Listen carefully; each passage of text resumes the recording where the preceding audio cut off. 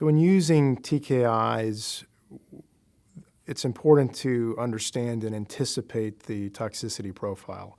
The oncology community has been using VEGF receptor TKIs now for over a decade in kidney cancer, so I think there's a significant level of comfort with the agents, but it's important to keep in mind the toxicity patterns.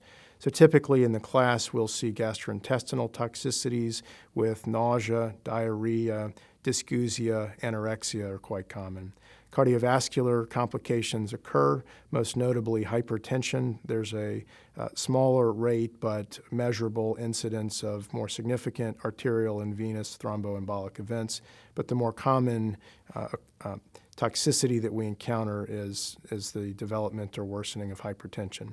Fatigue is common, less commonly hand-foot symptoms and other endocrine disorders can occur. When treating patients with TKIs, it's important to educate patients before starting about the potential toxicities.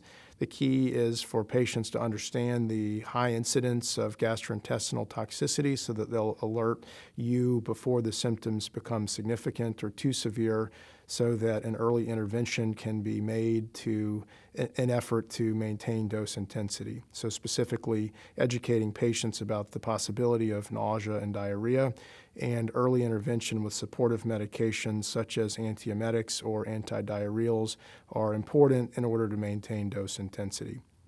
But it's also important to understand that dose modifications were common on the studies and are common in routine clinical practice.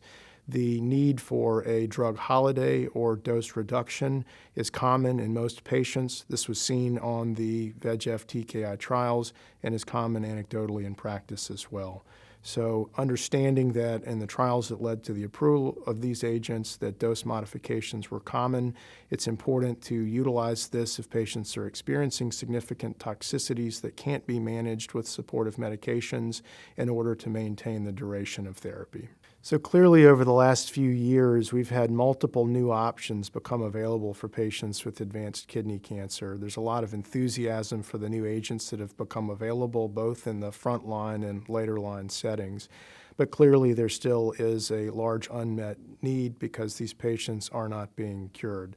We are all very excited about the possibility of durable responses that are occurring with the use of immune checkpoint inhibitors, and we are eagerly looking forward to ongoing development of additional immune-based strategies, both in effort to improve the likelihood of response and the duration of response, and also an effort to lower the likelihood of immune-related adverse events. So we are optimistic and hopeful that with continued development of immune checkpoint-based regimens that we'll see improved efficacy and better tolerability in the years ahead.